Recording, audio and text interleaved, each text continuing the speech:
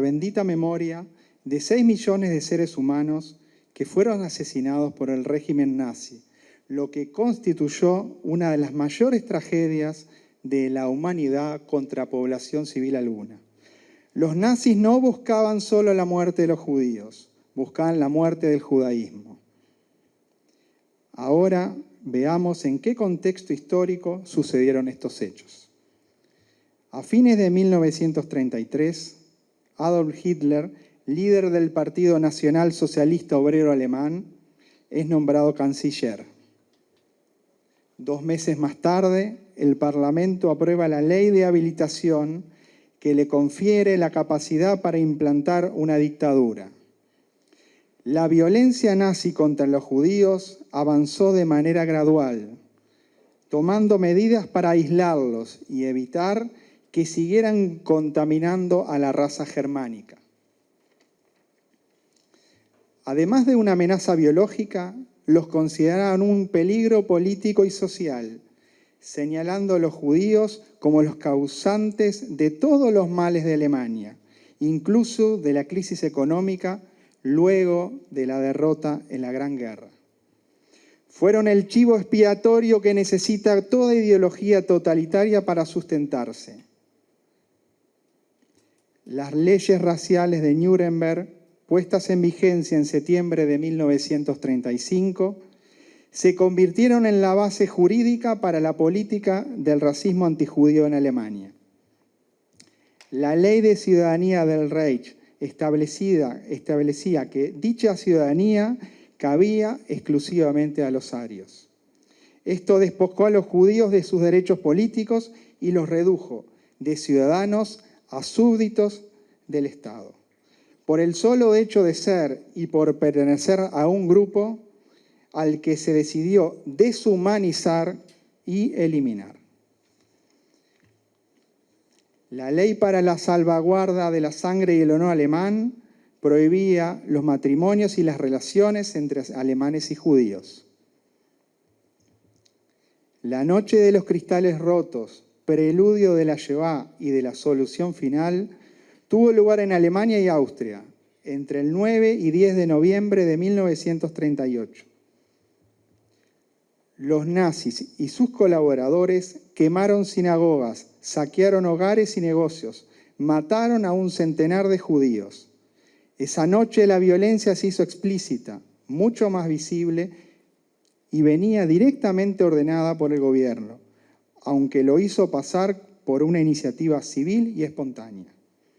Cerca de 30.000 judíos alemanes fueron arrestados y enviados a campos de concentración. Estos acontecimientos marcaron el comienzo de la erradicación sistemática de un pueblo cuyos orígenes en Alemania se remontaban hasta el tiempo de los romanos, y fue un siniestro anuncio del Holocausto que habría de venir a continuación.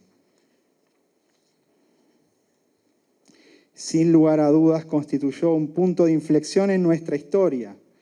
Los inagotables y escalofriantes recuerdos y relatos hacen que sea una de las más traumatizantes experiencias de la humanidad. Beneverito Uruguay, desde 1983 y de forma ininterrumpida, conmemora este acto, considerándolo un aporte a la construcción de la memoria, con la convicción de que nunca más no sea solo una frase. Debemos ser los portavoces de los que ya no están, velar por la memoria y ser divulgadores de estos acontecimientos es nuestro deber. Beneverit repudia y condena el antisemitismo y cualquier expresión de odio. Así recordamos a las víctimas de la Shoah, rindiendo tributo a los que sobrevivieron, a los que ya no están y a los que aún viven. A ellos, a sus familias, les brindamos un fraterno y cordial saludo con el compromiso de legar su testimonio a las futuras generaciones. Muchas gracias. En 2008, cuando se cumplían 70 años del pogrom de noviembre conocido como Noche de los Cristales Rotos, la ciudadana chilena Mina Mendel de Pincus, testigo y víctima de los hechos, dio su testimonio en el Colegio Hebreo de Santiago ante alumnos y docentes. Tenía yo 15 años en 1933 cuando Hitler llegó al poder. Crecer en un pueblo chico como Meckenheim bei Bonn es diferente a vivir en una ciudad grande. Meckenheim tenía una población de 2.500 habitantes, de los cuales éramos solo 17 familias judías y una sinagoga. Todos nos conocíamos, todos éramos amigos, compartimos muchas cosas, hasta ese maldito 9 de noviembre de 1938. Esa mañana tocaron violentamente a nuestra puerta. Cuando abrí vi un policía con una orden de revisar mi casa por armas, pero como yo sabía que no había armas en mi casa, tranquilicé a mis padres y le mostré todo a la policía. Tenían orden de llevarse a mi papá para firmar un documento en la municipalidad. Como al mediodía mi papá no regresó, fui con mi mamá a la municipalidad a preguntar por él y nos dijeron que todos los hombres judíos fueron llevados a Bonn. Y en la estación de trenes de Bonn nos dijeron que todos los hombres judíos, no solo de Bonn, sino de sus alrededores, habían sido trasladados al campo de concentración de Dachau y ya no había más nada que hacer. Esa misma tarde regresamos a Meckenheim y vimos que nuestra casa tenía todas las ventanas rotas, la puerta destruida con hachas, y había personas que entraban y salían con nuestras pertenencias. La luz y el teléfono estaban cortados y cuando entré, alguien desde la calle me tiró una piedra muy grande y yo me salvé de milagro. Las tropas SS que llegaron a Meckenheim destruyeron todas las casas y las tiendas de los judíos y quemaron la sinagoga. Así por toda Alemania. La gente con quienes mis padres y abuelos habían convivido y se habían ayudado en esos tiempos tan difíciles de la Primera Guerra Mundial, miraban y no decían nada. Nadie nos ayudaba, solo miraban. ¿Justificaban esto? Mis excompañeros tampoco ayudaron nada, solo miraban. ¿Justificaban esto? Solo tengo preguntas, no encontré respuestas. Inmediatamente después Hitler dictó una ley por la cual los judíos de Alemania teníamos que reparar y financiar los daños del pogrom, y los que teníamos seguros por sus bienes no los podíamos cobrar. A los judíos nos congelaron todas las cuentas bancarias, por lo tanto ahora nuestros ex vecinos y ex amigos podían expropiar nuestros bienes sin pagar nada. El 30 de diciembre de 1938 nos embarcamos en un barco carguero desde Ámsterdam a Chile. Cruzar la frontera de Alemania a Holanda fue el mejor día de mi vida. Las preguntas como las que se hizo Mina Mendel en su testimonio siguen resonando hasta hoy. ¿Por qué no hacer un pogrom el 9 de noviembre y destruir, saquear, quemar sinagogas, asesinar judíos y llevarse a más de 30.000 a campos de concentración? ¿Alguien en algún lado estaba enfrentando a los nazis por eso? ¿Por qué no el pogrom si en abril de 1933 los nazis ya en el poder decretaron un boicot total contra todos los judíos y funcionó perfectamente? ¿Por qué no el pogrom si en 1935 se decretaron leyes raciales que segregaron radicalmente a los judíos alemanes, que pasaron a ser judíos perseguidos y nada de alemanes, e igualmente no sucedió ninguna reacción en ningún lugar del planeta? Y mucho más aún, la hipocresía, la indiferencia y la complicidad formaron un equipo imbatible y en 1936 se hicieron las Olimpiadas en Alemania, poniendo una mancha imperecedera en la parte tenebrosa de la historia de este tipo de evento mundial.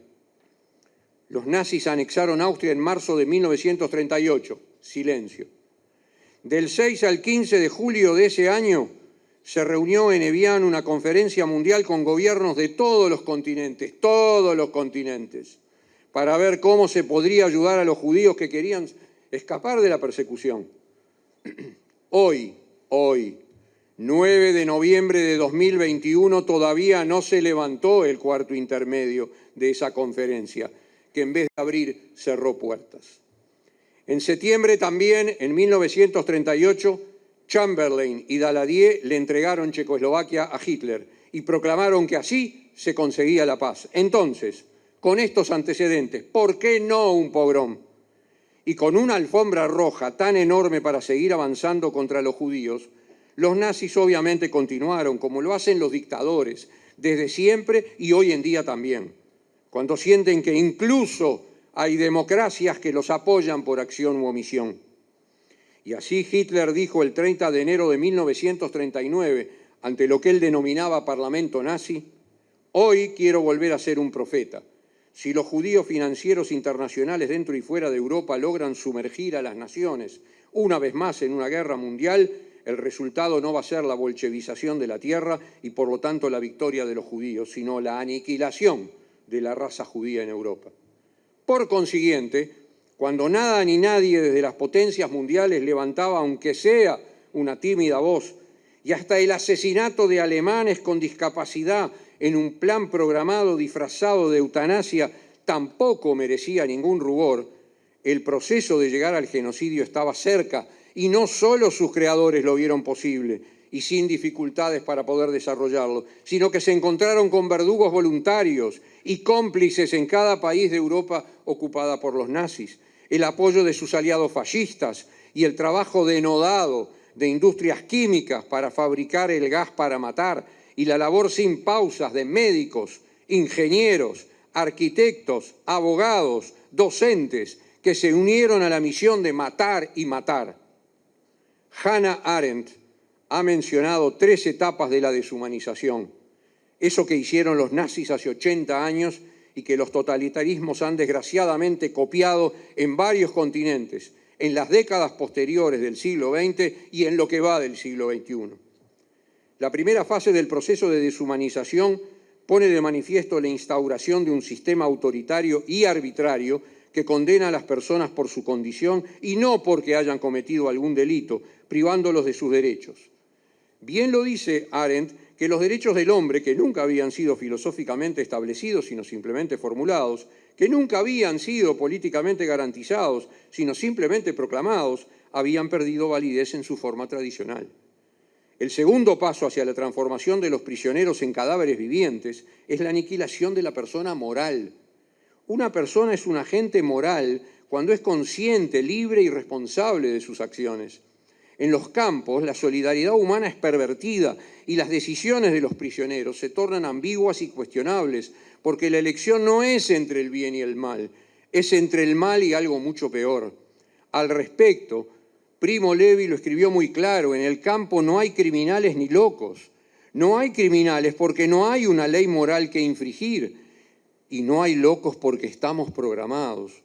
En los campos nazis se aniquila la humanidad de los prisioneros, extirpando la solidaridad y la conciencia. Arendt considera que cuando se aniquila la persona jurídica y la persona moral, el último paso para la dominación total es la destrucción de la identidad o humanidad de la víctima. Esta es la última fase para convertir a los prisioneros en verdaderos cadáveres vivientes, en aquellos hombres que lo han perdido todo, todo: su cabello, su nombre, su ropa, sus costumbres, su pensamiento, su voluntad, su capacidad para juzgar, su capacidad para sufrir. Arendt sostiene que los 3 pasos de este proceso de deshumanización culminan con la aniquilación de la humanidad. A diferencia de los gobiernos despóticos, los regímenes totalitarios no buscan la dominación tiránica de la libertad de los hombres, sino que pretenden construir un sistema donde los hombres se vuelvan superfluos, innecesarios. La dominación totalitaria busca deshumanizar a los hombres y terminar con la condición humana. En el libro El hombre en busca de sentido, Viktor Frankl dice que la libertad no es la última palabra. La libertad es una parte de la historia y la mitad de la verdad. La libertad es la cara negativa de cualquier fenómeno humano cuya cara positiva es la responsabilidad. La libertad se encuentra en peligro de convertirse en mera arbitrariedad, salvo si se ejerce en términos de responsabilidad.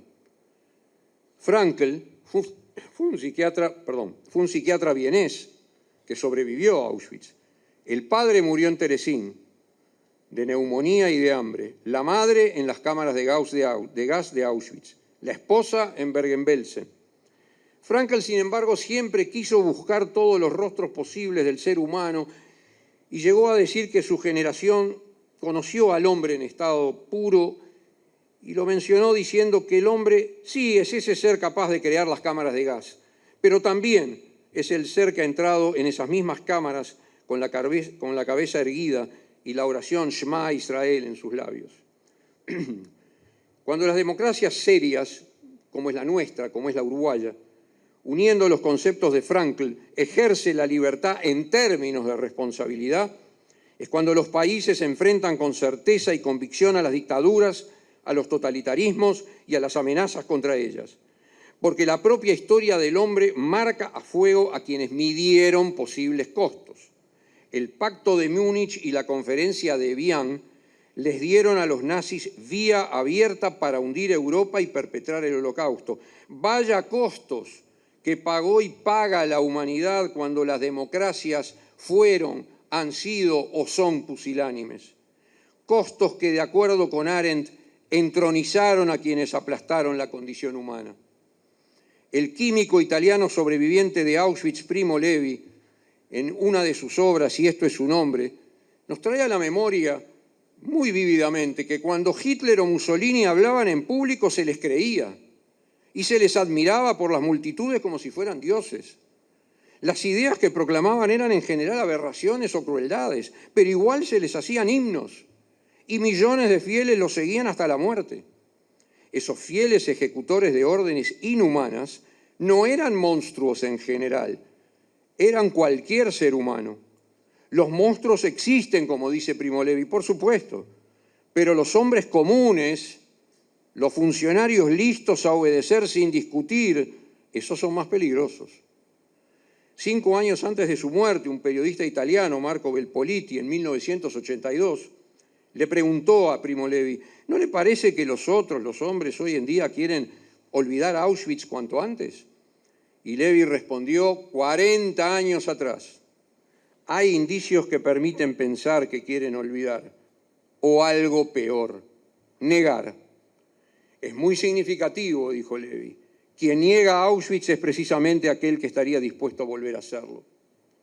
Poco tiempo después, iba a empezar un periodo de negación del Holocausto desde varios pseudodocentes, paseando por distintos países, hasta llegar a estados negadores. Uno de ellos no solo organizando conferencias sobre negación, sino amenazando desde los podios internacionales con el exterminio del Estado de Israel, algo que todavía hoy sigue sucediendo y deslegitima peligrosamente los principios fundacionales y la ética política de los foros internacionales que fueron creados para bien de todo el planeta y no para dinamitarlo. Primo Levi auguró la negación y la ambición de reiterar la barbarie entre nuevos monstruos y hombres comunes, como él lo llamó, pero sin embargo el totalitarismo quedó allí. Las democracias, pero no todas y no siempre, han sentido que debían tener la palabra. Hay sin duda ejemplos positivos muy recientes y que son muy importantes. Las Naciones Unidas estableció el 27 de enero de cada año como Día Internacional de Recordación del Holocausto, así como la condena y el combate a toda negación de la Shoah. Hay una fuerte y contundente definición mundial de cómo se define el antisemitismo, algo que Uruguay adoptó el 27 de enero de 2020. Hay comisionados para monitorear el antisemitismo en la Unión Europea, desde el Departamento de Estado de Estados Unidos y desde hace un mes en la OEA. Y en la primera semana de octubre de este año, la Unión Europea anunció una batería de medidas centradas en la prevención y lucha contra todas las formas de antisemitismo, la protección y promoción del modo de vida judío en la Unión Europea y la pedagogía, la investigación y conmemoración del Holocausto. Es cierto y doloroso que el premio Nobel y sobreviviente de la Shoah, Elie Wiesel, haya tenido que escribir lo siguiente. Nunca olvidaré esta noche, la primera noche en el campo que hizo de mi vida una larga noche cerrada con 7 llaves. Nunca olvidaré este humo. Nunca olvidaré las caritas de los niños cuyos cuerpitos vi transformados en torbellinos de humo bajo un cielo mudo. Nunca olvidaré estas llamas que consumieron para siempre mi fe. Nunca olvidaré este silencio nocturno que me ha arrancado para toda la eternidad el deseo de vivir. Nunca olvidaré estos instantes que asesinaron a mi Dios y a mi alma y los sueños que tomaron el aspecto de un desierto. Nunca olvidaré esto, aunque estuviera condenado a vivir tanto tiempo como Dios mismo. Nunca. Pero más allá de este sufrimiento que los sobrevivientes han sobrellevado y sobrellevan de por vida. Tanto Wiesel como la enorme mayoría de ellos han sido resilientes, apostaron a la memoria, a la reconstrucción, a la vida.